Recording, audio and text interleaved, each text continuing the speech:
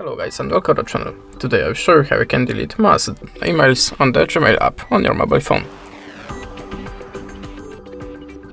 So we will start from the opening the Gmail app, and now if you want to delete mass emails, just choose your filter, like date.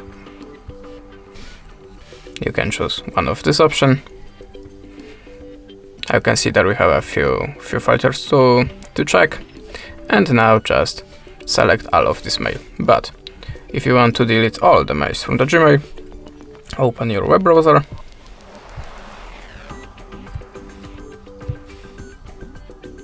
Remember to switch it to the desktop side and open the Gmail.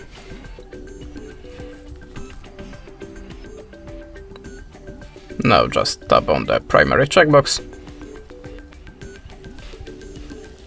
And how you can see, now you can select all the mails from your account in one click. Now just tap on the trash icon and configure it by OK, and you will delete all of your mails. And that's it. Thanks for watching, leave us a subscribe or a comment, and goodbye.